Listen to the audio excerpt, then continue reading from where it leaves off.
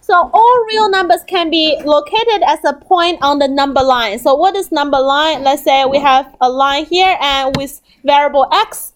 Okay, so all the numbers you know so far, they can have a position somewhere here. For example, if I say that point is 0, that is 1, that is 2, let's make that longer, have 3.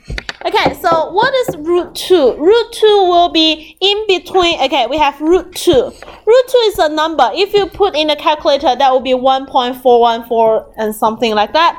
It will be in between square root 4 and square root 1, which is in between 1 and 2. So root 2 will be somewhere, let's say somewhere about here. That is root 2. And let's say we have pi. What is pi? Pi is 3.14 something. So pi will be somewhere here. So basically all the number you know so far can find a position on the number line. But we can classify that into two big groups. Okay, one group is called rational numbers, and the other group can be said as irrational numbers. Okay, real numbers can be split into two big parts, rational numbers and irrational numbers. Okay, so what is rational numbers? Rational numbers, you can see on the notes, like I put a bracket, say fractions. Okay, so any number can be put into the fraction form. It is called rational number. Okay, think further. What kind of numbers can be put into rational form? Okay, you have three majority part, integers, terminating decimals, and recurring decimals. Okay, so three things can be put into fractions. So if you see integer, okay, integer is 2. So you can put into fraction form 2 on 1. Okay, 2, integer can be 2 on 1. So terminating decimals, let's say 1.41, it can equals to 141 over 1,000. You can always give a denominator as 10 to the power of something. Okay, so see how many decimals, you put how many zeros after 1 on the denominator. It can always be put into the fraction form for terminating decimals. Okay, and recurring decimals. Okay, recurring decimals. So if you put recurring decimals, that's like say 0.333. I put a dot on 3, which means it's recurring for 3333. You know that is a third. Okay, you know that is a third. I think I've gone through like how to put the recurring decimals back to fractions. Let's do one example here. Let's say we have 0.141 recurring 141. So that equals to 0.141, 141, 141, and so on. Okay, let's say that number equals to x. I want to put x into a fraction. Okay, it's repeating like three decimals repeating. Okay, 141, 141, 3 decimals repeating. So I can say 1,000x equals to 141.141, 141, 141, and dot dot dot dot. Okay, let's use equation number 1, equation number 2 to subtract equation number 1. Okay, let's say equation number 2 to subtract equation number 1. Okay, 1,000x minus 1x, which will gives you 999x. That equals to, okay, right hand side, subtract right hand side, 141.141, and all the decimals are exactly the same. Okay, they can offset each other. You subtract them, that becomes 0. Only the integer part is 141, subtract 0, you get 141. Okay, 999x is actually equals to 141. See, all the decimals are exactly the same for equation 2 and equation 1, so the decimal just becomes 0, and the integer subtract the integer, that gives you 141. Okay, so x equals to what? X equals to 141 over 999. So what is x? X is this recurring decimal numbers. Okay, it's Okay, it's keep going and it's recurring, that x equals to 141 over 999, which I can put back into a fraction form. I can always put recurring decimals into the fraction form, okay, by using this method. You just need to see how many digits is like repeating. That's 3 digits, you will increase that by 1,000 times. If it's like 4 digit repeating, let's say 0.1234, 1234, 1234, you will do 10,000 times of that number. And you have the integer part as 1234, and all the decimals is still 1234, 1234. Okay.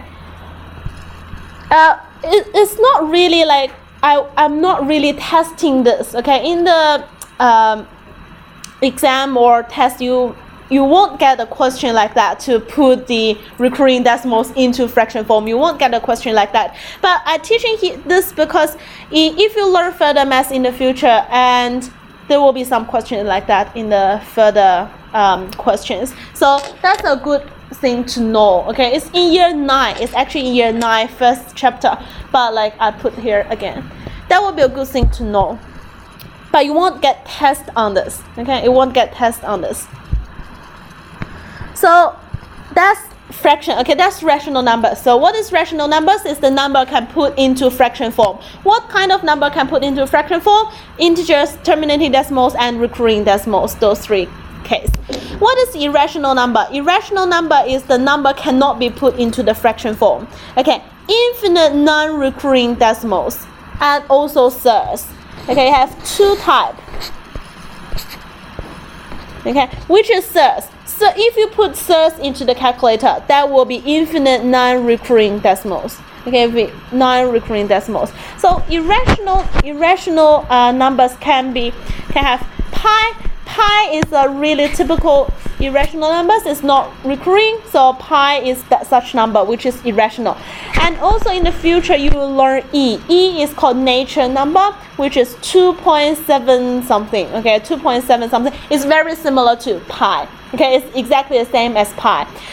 Okay, and you will have thirds, which cannot be simplified. Okay, you have thirds cannot be simplified. And if you have square root 2, okay, if you have square root 2, that is square root 4, that is 2. Okay, it's not irrational, it's still rational because it's an integer. But like for example, you have 2 root 2, you cannot factorize, you cannot simplify anymore. That will be irrational numbers. Let's say we have cube root of 4, that is irrational as well. I cannot simplify that to an integer number. So anything contain the root, okay, either square root or cube root or fourth root, and you cannot simplify it, that will be irrational numbers. Okay, so real numbers can be put into rational numbers and irrational numbers. Okay, in the rational numbers, okay, you have integer numbers, okay, you have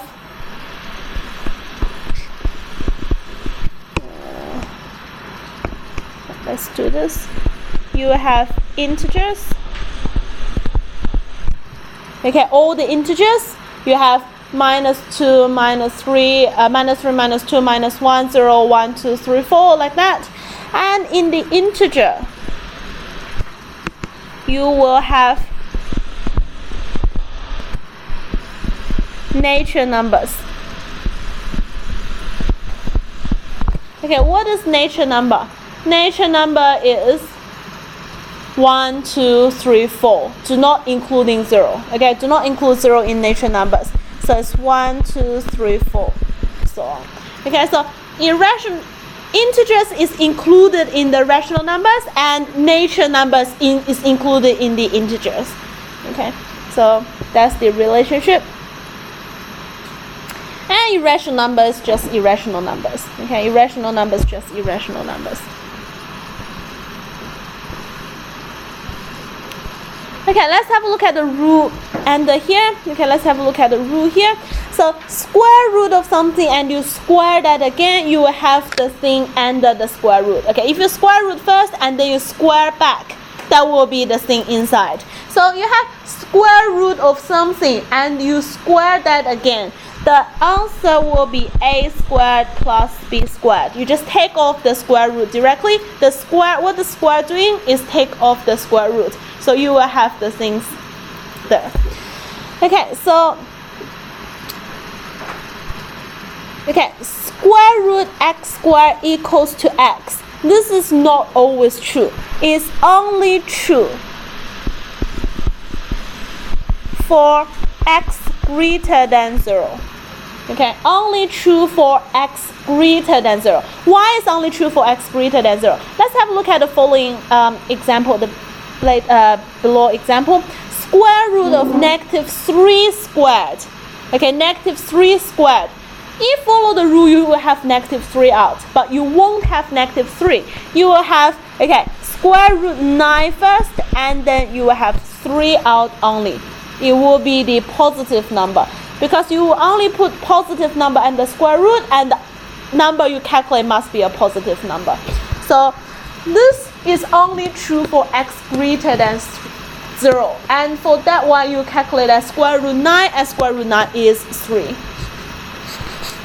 Okay, square root a times square root b equals to square root a times b. Okay, so that equals to square root of 45. A times b is 3 times 15 equals to 45. And that equals to square root 9 times square root 5. And that gives you 3 root 5. Okay, that gives you 3 root 5. You need to simplify your answer.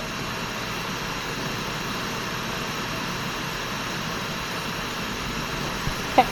The next one is square root a divided by square root b equals to square root a over b. Okay, so what that will become to? That will become square root of 10 over 2. That gives you square root of 5. Okay, so that's the basic rule of calculation for surds. Okay, that's the basic calculation for surds. And for this example, that's to show you how to simplify. Okay, that show you how to simplify.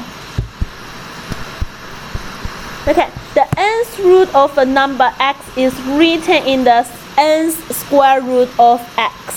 Okay, nth root of x. So let's say 8 of cube root. You need to have 2 times 2 times 2 for 8. Let's put a 16 in, and then you have another 2. And you want to take the cube root. For square root, you're looking for 2 numbers are the same. For cube root, you need to look at the 3 numbers are the same. So 2 times 2 times 2, you have 3 2's. So 1 2 can be taken out, and 1 2 still remain inside, which is this 2, and you still have the cube root. That's how you simplify other roots. Fourth root, fifth root, or cube root. You always need to think about, if that's a 3, you need 3 numbers to be the same, and one of that can be taken out. And then that will still remain inside, and you still have the cube root.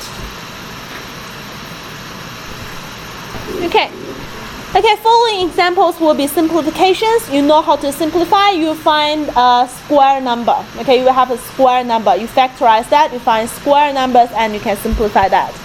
And for the second example, it says express the surds as a square root of a positive number. I want to put that back into one square root.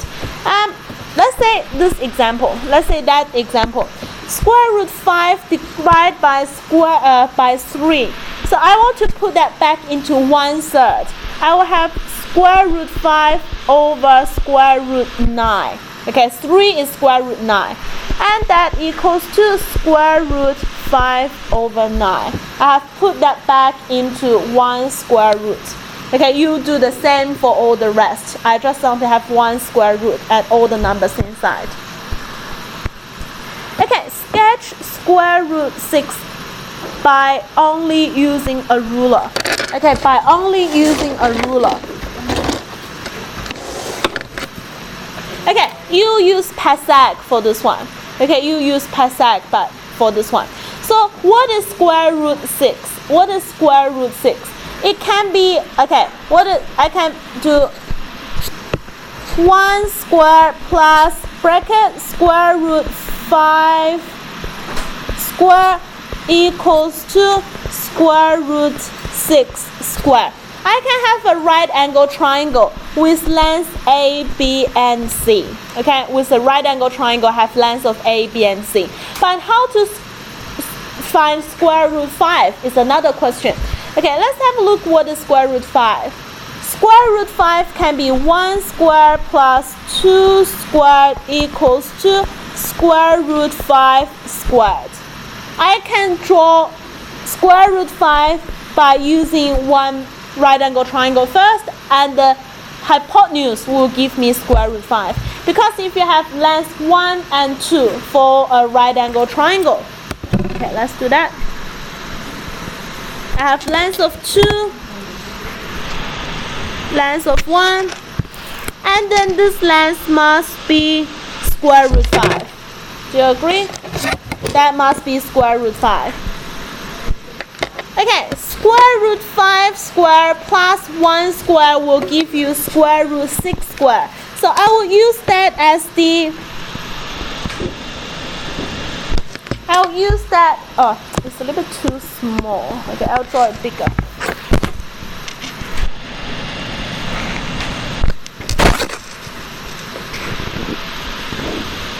Okay, that's 2 and 1. Okay, length 2 and 1. I will have this hypotenuse, which must be square root 5. And use this hypotenuse as one side. And have another side as 1. So you will have another right angle triangle here, which has length 1 here. And then you have the hypotenuse for this one. You will have square root 6 for this. Okay. So you create square root 5 first by using the length 1 and 2. You have this hypotenuse, which is square root 5, and then use the square root 5 to find another right angle triangle, which is square root 5 and 1. That will give you square root 6 for that. Okay, if we have 1 and 2, what's the hypotenuse length? Root 5. That's root 5, right? Okay, you have root 5 and 1 for this. What's the hypotenuse here? Root 6. And this is the length of root 6. That's like you think what combination can give you the set. You can find more combination. Maybe 2 squared and root 2 squared. You can have 2 squared and root 2 squared. And you draw root 2, which is 1, 1, give me root 2. Okay, I can do also, it's more than one combination.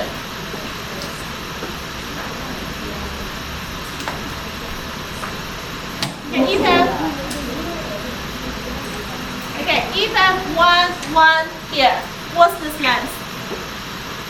What's that? Root 2. Okay, if I have root 2 here, and I have 2 here, what's this hypotenuse will be?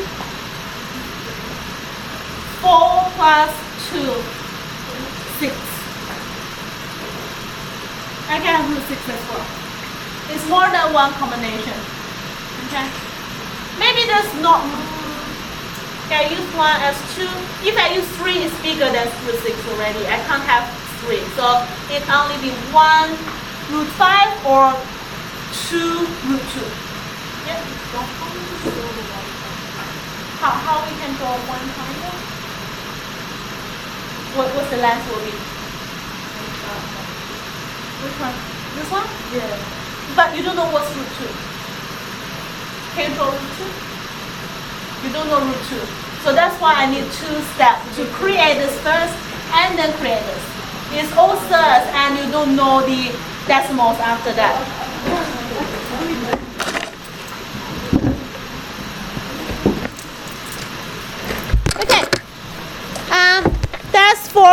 exercise A.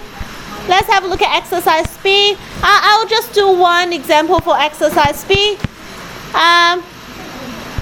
Okay, I'll do one from example 2 and one for example 3. For example 2, I need to simplify that first. Okay, I need to simplify that first. Okay, so 49 give me, root 49 gives me 7. So that will be 21 plus 2 root 288. Okay, let's do 288 divided by 4, give you 7 and 2. Okay, so 288 is 4 times 72. Okay, what is 72? Is 8 times 9. Okay, what 8 can give you? Can give you 4 and 2 again. Okay, can give you 4 and 2. So let's make that a 16. That make a 2. So 16 times 2 times 9, which that will be 2 times root 16 times root 9 times root 2. Okay. And what's 144? Okay, what square is 144? 12. Okay, 12 square is 144. You need to remember 11 square to 20 square. Okay, you need to remember those numbers. That will give you 12. And minus 2 times 18. 18 is 9 times 2. So it's root 9 times root 2. Okay, you want to factorize the numbers into square numbers and non-square numbers. You can find that is 2 times 4 times 3 times root 2 minus 12 minus 2 times 3 times root 2. That gives me 21 plus 8. 24 root 2 minus 12 minus 6 root 2. Okay, and then integers and integers can be put together, which it gives me a 9. 21 minus 12 gives me a 9. And then positive 24 loss of root 2 minus 6 loss of root 2, that can give me 18. Plus 18 of root 2. Okay, plus 18 of root 2. That's how we simplify and add them together. We always need to simplify first and then add them. Okay, subtract will be the same idea. Okay. Yep.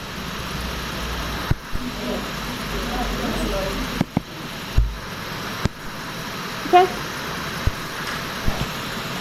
Okay. Have a look at example 3. Example 3 is root 2 over 2 plus root 3 over 3. Okay, you don't have the same denominator. The first thing is we need to get the same denominator, which is 6. So that will give me 3 root 3 on 6 plus 2 root 3 on 6. And then you will plus the numerator on this denominator. And that will give me 5 root 3 on the numerator on 6. It will be the same as the normal number addition and subtraction. If it's 2 fractions plus together, you need to get the same denominator, or like subtractions, you need to get the same denominator.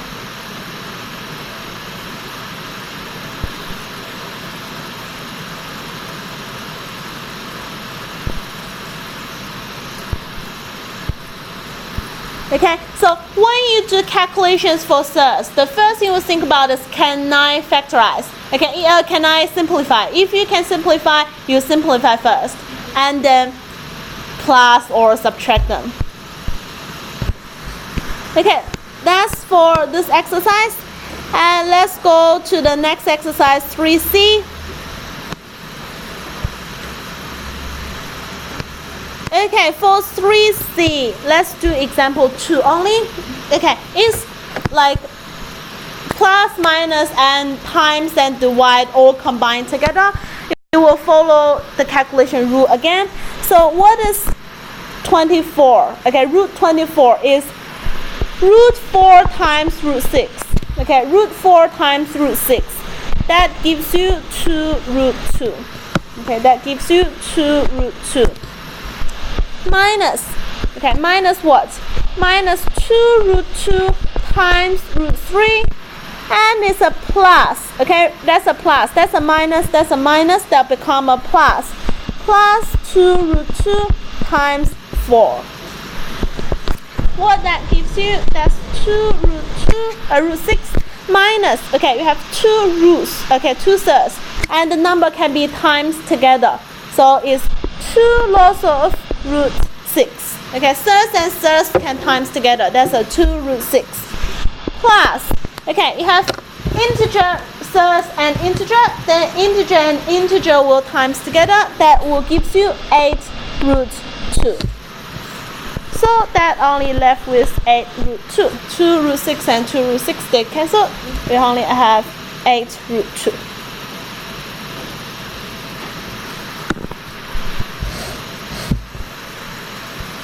Okay, so that's like expanding first and then do the subtractions and additions.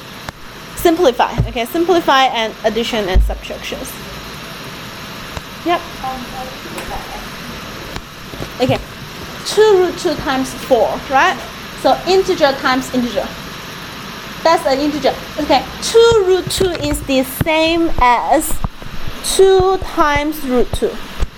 Okay, 2 root 2 is the same as 2 times root 2. And then times another 4. So it's 2 and 4 together. And then that will become 8 root 2. Okay, that's for exercise C. All the things we'll do by the same way. Okay, everything we'll do by the same way.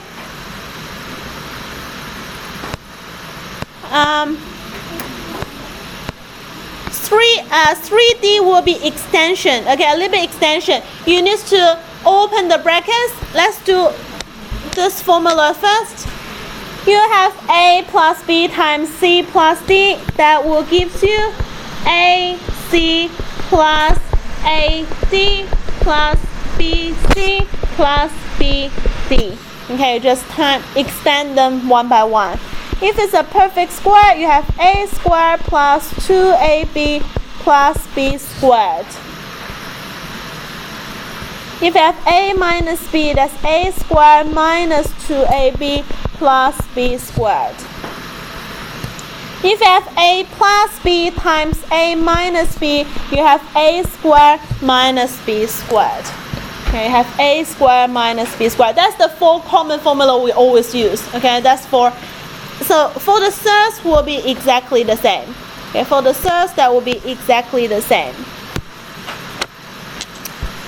Okay, so 3D and 3C will be exactly the same. You just expand. For example, the first question will be 4 times root 3 plus minus 4 times 2 plus root 3 times root 3 minus root 3 times 2. That gives you 4 root 3 minus 8 plus 3 minus 2 root 3.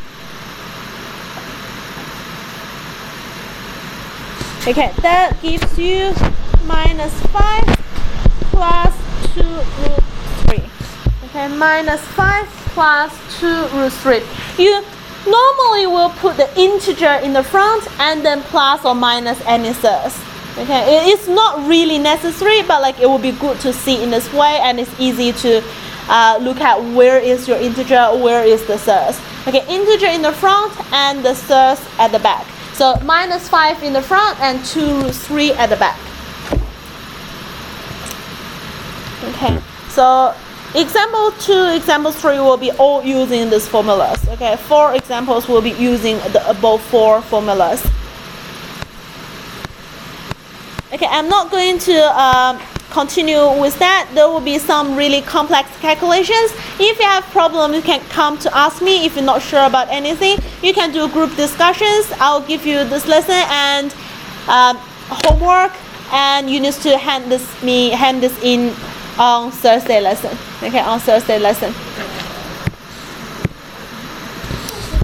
Because I don't have much class with you, we only have about 4 or 5 classes before, like, to complete this whole chapter. So we need to be really quick.